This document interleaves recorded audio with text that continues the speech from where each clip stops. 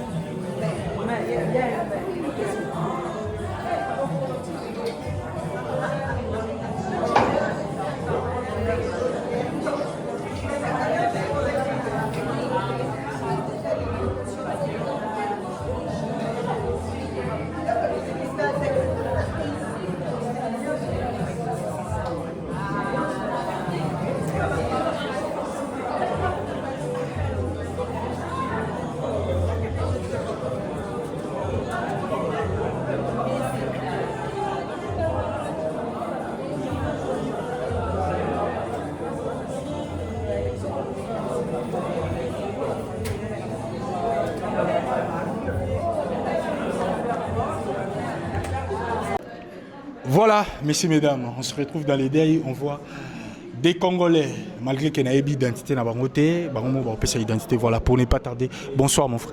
Bonsoir. Comment Moi c'est Francis Aoundo.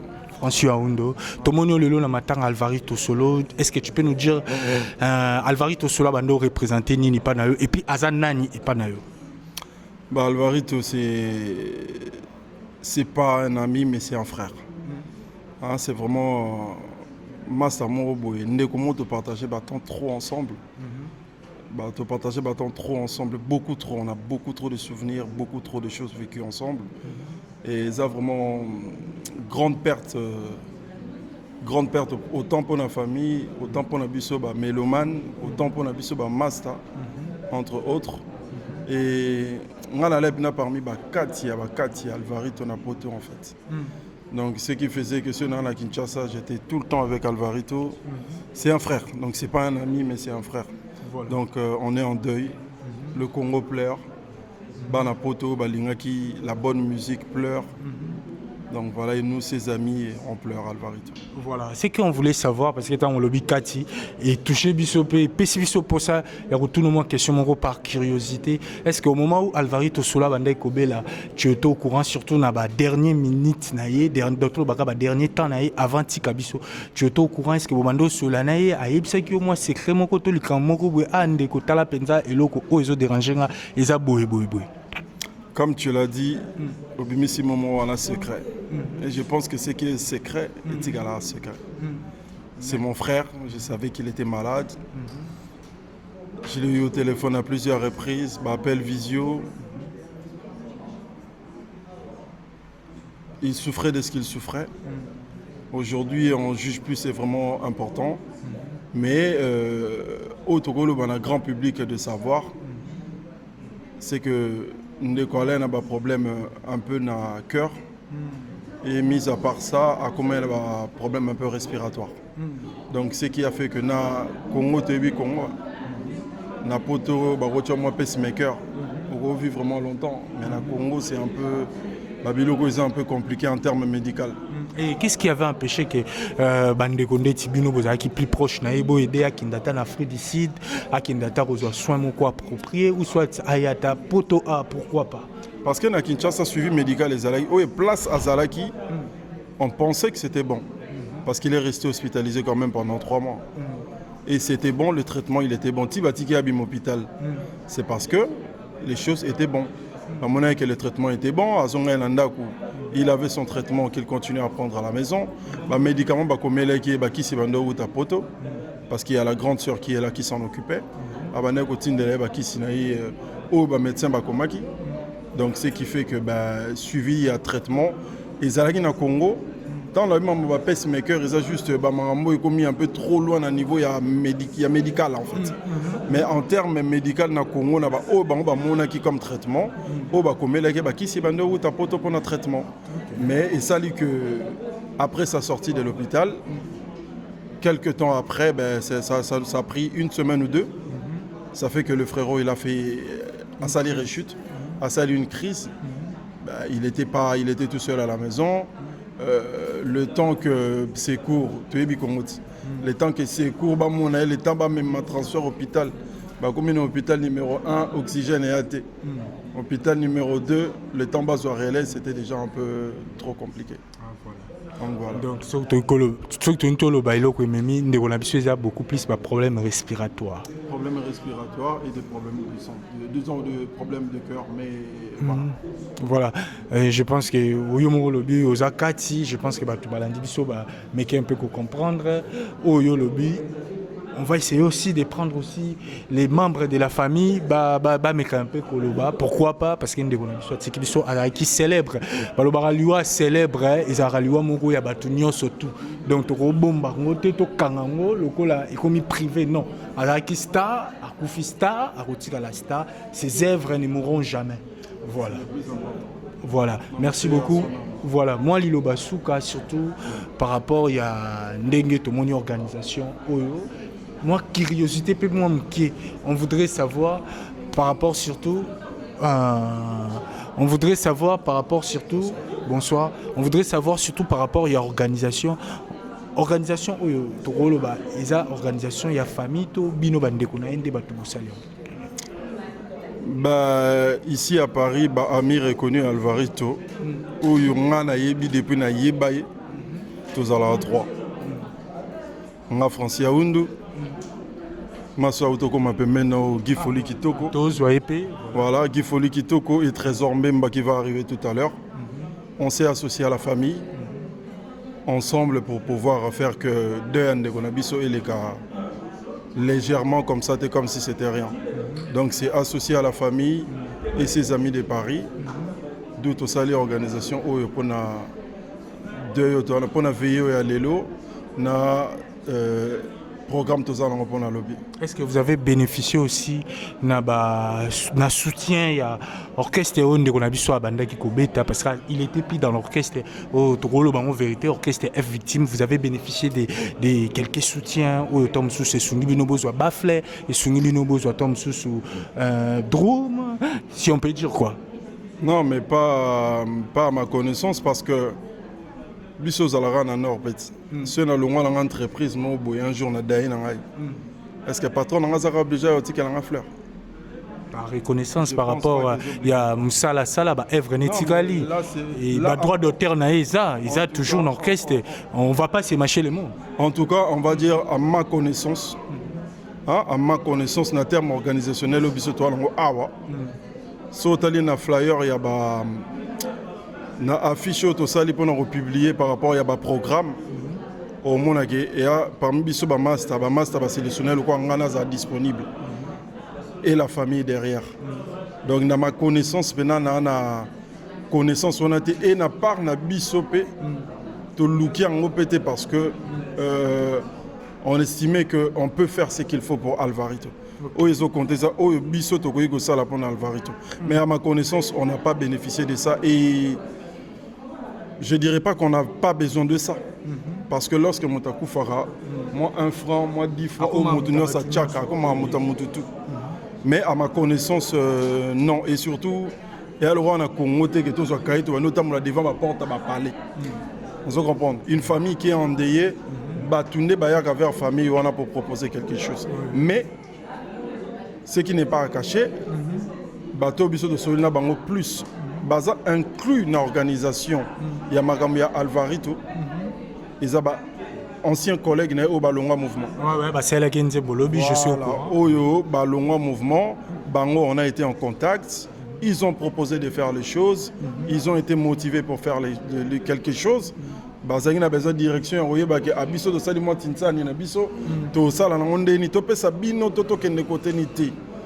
Tout diriger, bango place Sengele parce que na organisation Obisso Sengele tout ça là, on a estimé que on était déjà bien dans ce qu'on faisait et Bazan n'a pas part ça la peine ma moto ça là. Mais c'est tout ce que moi je sais en fait. Voilà, en tout cas, merci beaucoup. Je vois que l'organisation, ça se passe très bien.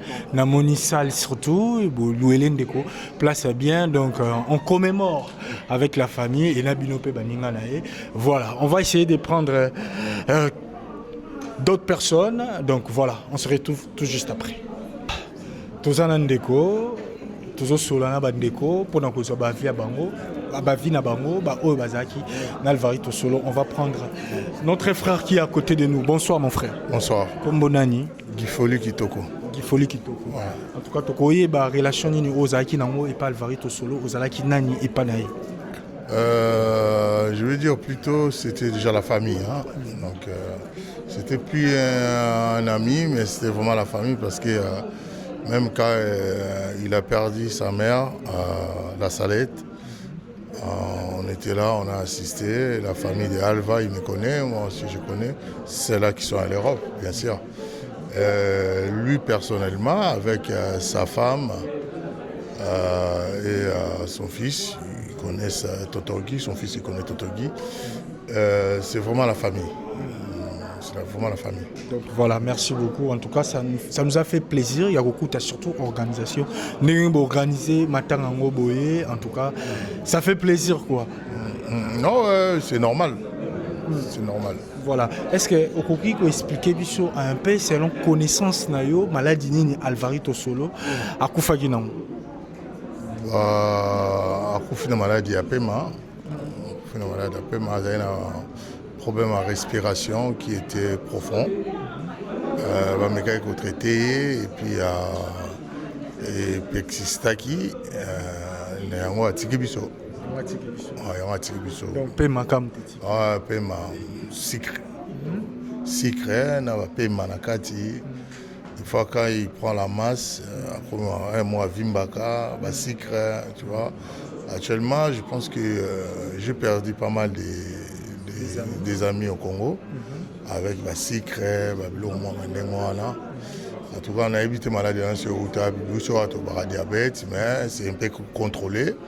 Mais là-bas, je ne sais pas pourquoi ils ont contrôlé, mais en tout cas, on a ma connaissance, elle va couper dans problème à sucre, il va rematailler, il va paiement, voilà, mais Azaki traité, à Angola, tant à Zongi, le sous et continue et puis on a un côté à l'hôpital à Campus, ça va 3 mois et puis à Bimi. Azaki l'hôpital pendant 3 mois. Ouais, à Campus, oui.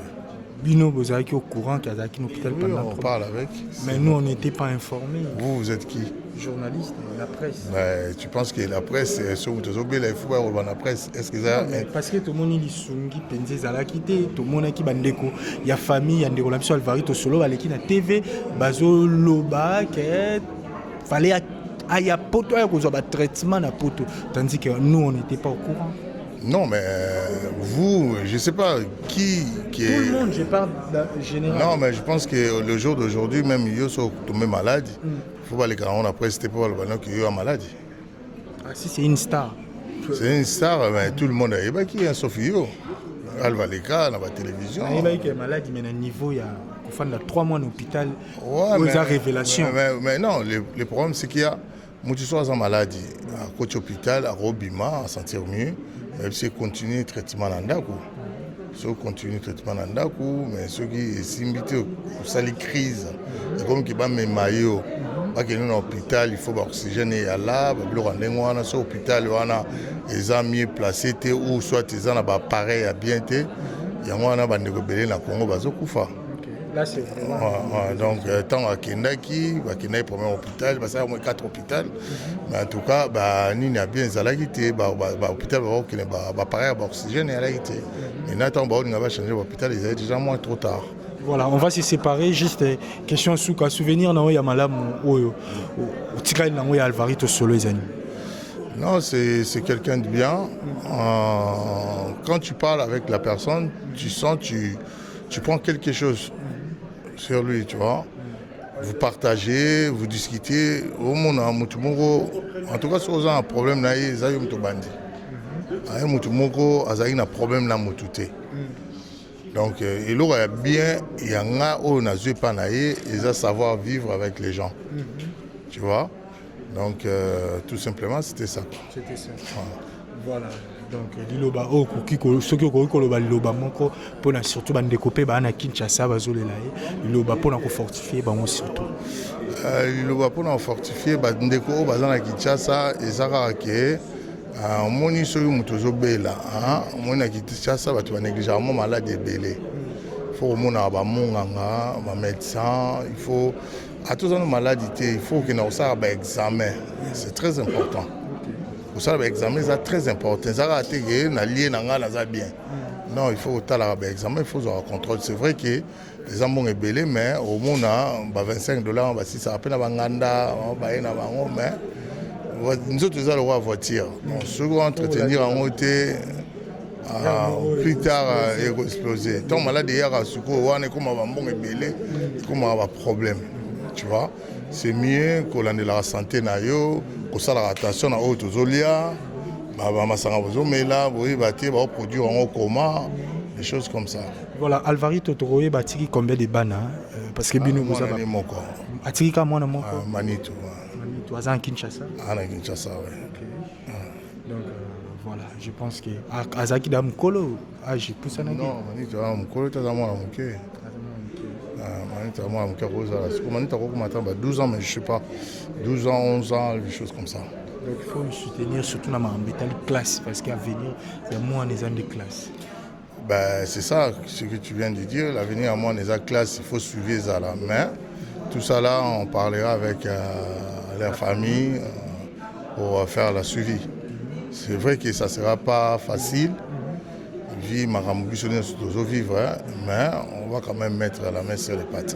Voilà, mais bon, je soutiens il y a des musiciens quand même, parce qu'il y a des artistes et musiciens. Moi, je soutiens mon outil quelque part. Moi, je soutiens les Sengi Boloué, Drum, Boloué, Baflin, Boloué, ça là moi quelque chose comme moi, Maï, Monini. Est-ce que soutien on est là qui paye, artistes, surtout beaucoup plus solistes. Ah non, je pense pas. Je pense pas qu'on a besoin de ça. Non, on n'a pas besoin de ça, mon frère. Quand même, Azaki artiste. Artiste, mais bien évidemment, artiste. Azaki n'a pas œuvre. Et là, il faut la famille. Je suis peut-être Sokoda, Babylone, Congo. On a œuvre, il y a ça là, œuvre, il y a ça là. Il faut famille, ou barocha, mutumo libosopo, alandelango. Mais ça t'es pas n'ingane moko soliste, c'est beau que des kuna boy senga iba bon non. Il peut azoluka pas organisation moko tom sur basali pour l'andeko la bango. Tout bas soliste à Paris. Non, bosuité. Non, on n'est pas au courant du tout, on n'est pas au courant du tout. Donc nous, on est des amis, on a fait ce qu'on peut. Pour déjà la salle pour rassembler les gens, c'est déjà important et il va être enterré demain à Kinshasa, donc on sera encore dans la même salle. Mais voilà, donc il nous a laissé, il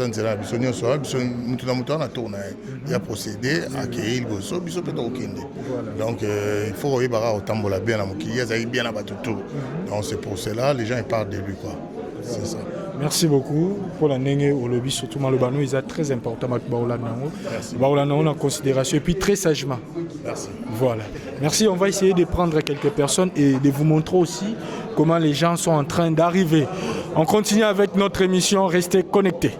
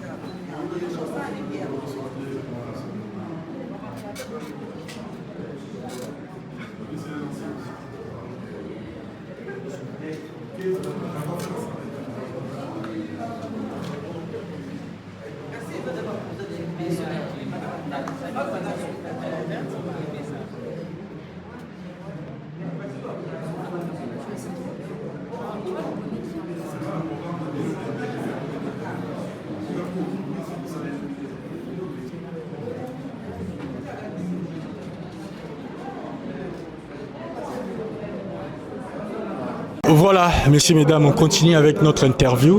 Tous en a des collaborations moi si awa, tout me solanaye parce que tous en moment à coller là, tous en temps pas si, tout que compatir dans des collaborations Alvarito depuis Paris, on soutient et tous a des cœurs avec toute la famille au Bazana Kinshasa. Voilà, bonsoir maman. Bonsoir papa. Comment nani? Comment on a Iget Longolo? Iget Wungu. Longolo. Longolo. Ouais. Voilà. Tu voyez mon biographie na yo surtout dans le monde artistique. Naza ancien danseuse et président Fali pourquoi? Mon grand frère que je le salue là où il est. Donc voilà. OK. Ipsa Bissonan. Alvarito Solo, vous avez un orchestre mon comportement na ezaki neni na orchestre.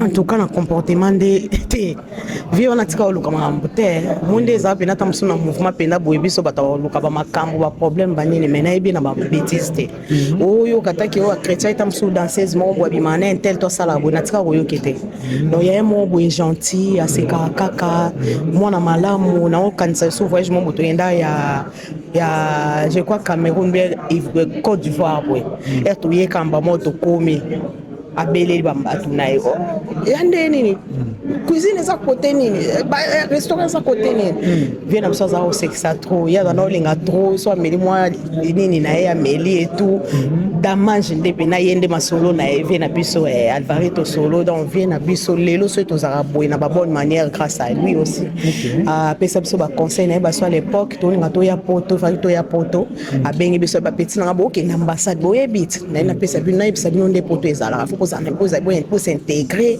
na poto basenga moto eloko te ke opesa nga osalela nga boye non faut bozala na bonne manière osola na moto faut sola na ye bonjour monsieur ou bien bonjour madame ataza ndeko na s'il vous plaît vous pouvez me passer comme ça ou bien vous pouvez me faire comme ça et tout faut bozala na ba bonne manière et lelo to ya comprendre ba bonne manière entre ba non ke eza ba avancer grâce à lui lelo to appliquer ba bonne manière peut to eta mboka oyo to yo kuta bonne manière ce bonne manière exacte moyen au vivre bien exact donc yango to lele pena na passe la motema aza mutu mo aza mutu munene asali belé partout et pas ba pierrette aye et pas na biso na F victime asali belé atiki pena ba bilembo na ebelé yango moni to ye pena to lela ye c'est notre frère en fait to yete pona poto sa ba vantir to poso to sa ndenge nini non on est là pour to lela ye donc en tout cas ça fait plaisir na biso toupé presse to ye toujours les landeko na biso mais c'est que on aimerait savoir surtout est-ce que tant Alvarito Solo a comment qui peine à kufa pour bandeko solanaye. Non mais moi ça fait longtemps na mon envoyé sauté na non mon écran na réseaux sociaux hein quand na réseaux sociaux il y a un moment que tu na komela kaye à répondant à ta fête na loba ko na décider na bi na mon ki sala nini mission moko boya ça se pe na église za malade et tout na komela na Facebook na komela ye na tout na santé na ye to surtout ka boye a kofi yango no moni faut to solo la naka to e bana ba santé ezalaka bien liwa ekoyela yo na ba position nyonso tout mais ya malamu faut to se préparer la vie to se préparer ya kotambola na banga nzambe ya kotambola na oboya makambo ko éviter makambo na vie kotambola ko banga nzambe eleki nyonso parce que koyela nga lelo so na se préparer te donc wapi donc ya malamu na okomisa nzambe mpo namonaka yakoma kosambela aoma okendaka église côté wana pena soki asi akendaki nde na nzela ya nzambe esusu abongola ye motema ayambaki yesu lokwa mokonzi mpe mobikisi na ye motema est-ce que ntango bobeta miziki wana bozalaka motema ya obongola te bato babengaka biso babike biso toyaka bamusicien bandoki te soki nde tobetaka musique profate monga nayebi sorcellerie nayebi yango nde ezalaka te nayebi yango te ndenge ezalaka mais non moi je crois pas à ça oyo bakisi banini moi je crois pas à ça parce que namona yango te baépoque na biso tozalaka bafatu disosa baharmonie chindo banicaragua bacharlene bolia baletia detol bapamela bengongo banani esusu tozalaka na bango na époque na nga oyo ngai basérie na biso en tout cas tobanda opakolanaka na bapoudre tokepe na voyage boye bolala chambre moko mafuta moninga opakolango saka moninga mpe bilamba na yo olati na batele eloko wana nzambe balola otalanga toyebaki yango te mpo na chambre tobanda olala dd ou bien 3 personnes donc biloko na biso na bavalise evandaka boye secret eza ta fait tozali na secret te so nayi nabima ata mosu na moke nayi nabima yaya fatu pesanga elamba na wana nalata mwana azwi elamba fatu nalata aiketi pesanga elamba na wana nalata moni eto donc tozala na meme na libanda tozala na meme na libanda omwana libanda pena bwana concert nake peta mosu epa harmonie to epa fatu to fatu aye epa nanga to charle na ye azwi bilamba lati tozala pena bongo azwi bilamba nanga lati pake nango concert nga peta mosu nake pe nazwi so nasepela ye na elamba wana na ozwa yango nake nango concert Tindo, pardon, on a une émission harmonie. Voilà. Voilà. Voilà, ça fait plaisir. Yaroyoka, okay, bon souvenir. Il y a Ndenge Orchestre est victime. Ezalaki et puis je suis sûr que Ezala Peka bongo Nengo Moni. L'époque na biso, je te dis la vérité. Tu es bien mambo bakisité hein. Oh ya mambo mekana ya kusala boya kokende boto eberonte. Biso pena to eberonte. To eberonte na peut-être monsieur yaki na basima na biso ponga loin na avant na ye na poto et tout. Loin kana nini? Na loin ça fait longtemps. Moi na loba net mais ça fait longtemps. Beta Zénith na nga beta Zénith te. Biso tikala na Maroc. Après biso nde bato tikala na ngana fatu du sosa ma copine. Bo Maroc, botika ata na poto te mama Maroc. Maroc, mote te mema na poto. Oh. Maroc. Ndeni na Maroc. Na vana na Maroc, ngapena na mwana Israël na fungula nzela. Katia mai. Na katia mai te na yo kuta batu na Maroc ba voyager te mais grâce na biso batu ba fungula nzela to fungula batu ba leka ibele ba kota. Na ona bongo ndiango. Na yana Maroc to sala 6 mois, to yate poto vanda to sala ba année. To sala 6 mois to kota poto to na poto lelo. Aso bokimaka po nini? Te to kimaka te to tikalaka. Po na nini botikalaka? Neti nga kimaka te na tikalaka pena. Parce que nga mona nga na tikala. Na tikala ina ngai na bike na mandalo ba no bike nga na kokisa ba age musu te ke kokisa ba age musu na ba obina et tout. Donc voilà. Na Maroc, ça m'étonne. Maroc est la ville. Bon ba kima na Chikapa, ba kima na Mbanzango. Tout le monde marocain ne bakati mai po ba Espagne. Problème ezaka na bango. Problème ezate. C'est la raté. Za no ndeba ba cancela te mais ngai na vanda kuna na Maroc na yaka te pona vanda na ba neno na yaka pona sala scale na ya poto. Lelo ngai yo na 16 ans ou 15 ans na poto. Donc voilà. Ça fait plaisir surtout ba l'équiper bazo continuer ko œuvrer dans est victime moi liloba pona bango moi conseil conseil nange zaka ke baba leki na biso bazaka poli ba respecter moto nyonso aza mokolo na bango et surtout président